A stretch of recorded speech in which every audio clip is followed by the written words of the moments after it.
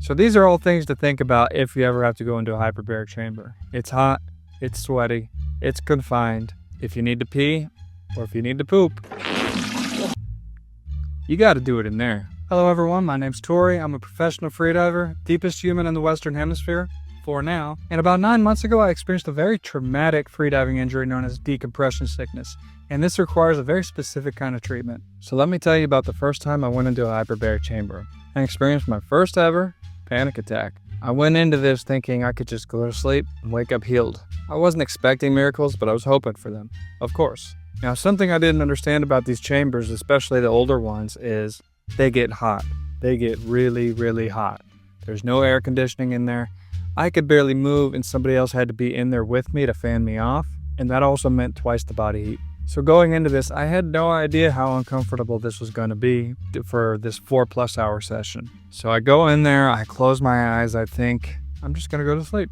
An hour into this, I realized something. I was drenched in sweat. Anybody that knows anything knows that if you're drenched in sweat, it doesn't put you to sleep, it wakes you up. And that's when I realized I had like 4 hours left. That's when I started panicking. Didn't matter how much they were fanning me off, I felt like I was being swallowed by a steel snake. I was inside the belly of a snake, and it was getting hotter and hotter. Not to mention, the mask that they give you to breathe, it's not free-flowing air. You have to suck the oxygen out. It's almost like trying to drink a very thick milkshake through a very thin straw. Now, if you take the mask off, you can certainly breathe, because there is some oxygen being pumped in there. Just regular oxygen, but not the 100% O2. And the whole point of the thing is to be pressurized and breathing 100% oxygen. So, I started panicking. It's hard to hold this mask to my face and be sucking the oxygen like this while you're sweating. You're confined in a little tube. You can barely move.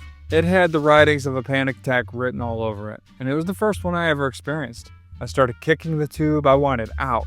I started yelling and screaming every few seconds because I wanted out.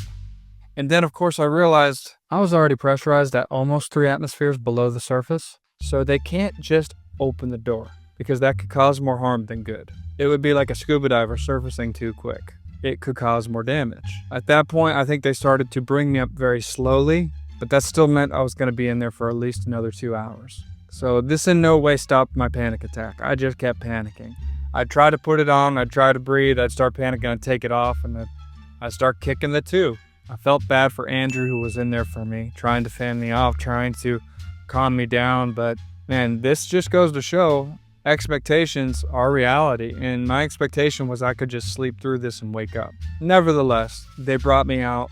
Kevin told me, you need to be prepared for the next session, know that it's going to be like this. And of course, by the next session, I went through it like a champ. My expectations were now so low. I knew I was going to be sweating. I knew I was going to be uncomfortable. And let's not even talk about if I need to pee, which almost every session I did need to pee.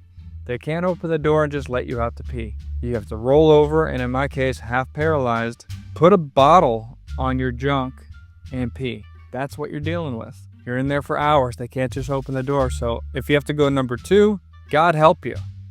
I was strategically trying not to eat before going in because I didn't want to be in that situation where I had to go number 2.